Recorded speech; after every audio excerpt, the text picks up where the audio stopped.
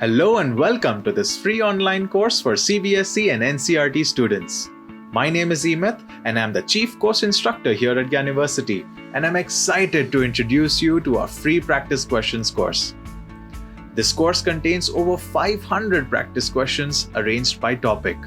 There are so many types of questions, including fill in the blanks, multiple choice questions, true or false, assertion reason, match the following, and more depending on your syllabus. The best part of this course? Every time you attempt a quiz, you'll get a fresh set of questions from our extensive database of over 500 questions. This means each quiz attempt provides a unique and challenging experience for you. You'll also get the correct answer explanations that will explain you the logical reasoning behind why the correct answer choice has been picked. But you must be wondering, why have we provided so much content for free? Well, that's because at Gyaniversity, we want to support everyone in their education regardless of the cost.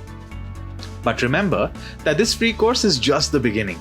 If you enjoy this experience, our CBSE Simplified series is the ultimate preparation tool for the CBSE board exams, which includes a lot more features, including 5,000 practice questions, mock tests, customized strategies, videos, notes, guidebooks, and a lot more.